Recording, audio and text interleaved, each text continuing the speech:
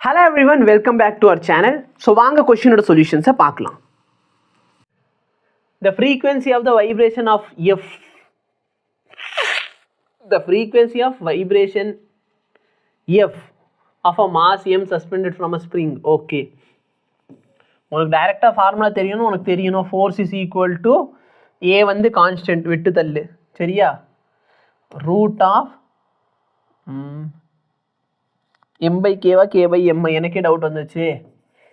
M by கேவா இல்லை K by எம்னு எனக்கு டவுட் வருது. ஓகே சரி, உனக்கு டிரைவ் பண்ணி காமிச்சிருவோம். மாஸோட டைமென்ஷன் என்ன?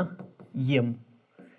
இந்த கேவோட டைமென்ஷன், இந்த கே பார்த்தீங்கன்னா ஸ்ப்ரிங் கான்ஸ்டன்ட். ஸோ இந்த இடத்துல ஹூக்ஸில் அப்ளை பண்ண F is equal to K into X. அப்போ கே பார்த்தேன்னா ஃபோர்ஸ் அப்பான் எக்ஸ். ஃபோர்ஸோட டைமென்ஷன் என்ன?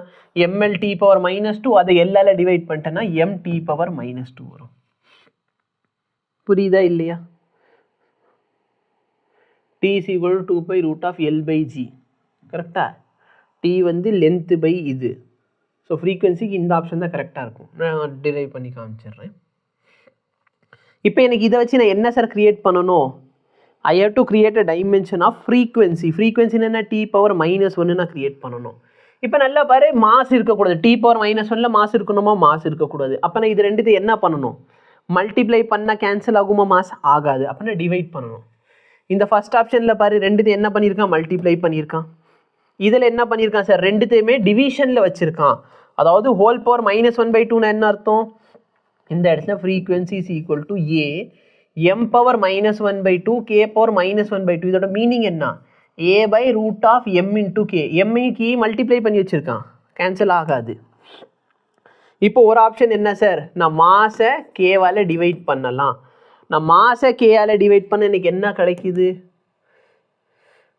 1/t power -2. இதை மேலே கொண்டு வந்தால் t² ஆயிரும். இப்போ இங்கே ஹோல் பவர் 1/2 ரூட் இருக்குது. அப்போ நான் இதுக்கு ரூட் எடுத்தால் எனக்கு என்ன கிடைக்குது? டைம் கிடைக்குது. அப்போ எம் பை கே, மாஸ்க்கு வந்து பாசிட்டிவ், கேக்கு நெகட்டிவ் போட்டால் எனக்கு என்ன ஆன்சர் கிடைக்குது? டைம் பீரியட் கிடைக்குது. ஸோ இதுதான் உன்னோட ஆன்சர். எது? K by M. இதை எப்படி நான் ஞாபகம் வைக்க சொல்கிறேன்னா நல்லா பாரு. T is equal to 2 pi root of L by Zia.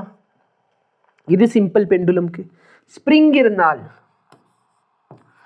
2 pi M by K. புரியுதா? பேசிக்லி மாஸ் வந்து லென்த் வந்து அந்த ஒயருக்கு இருக்கும். இங்கே என்ன இருக்கும்? அந்த ஸ்ப்ரிங்கு கீழே மாஸ் இருக்கும்.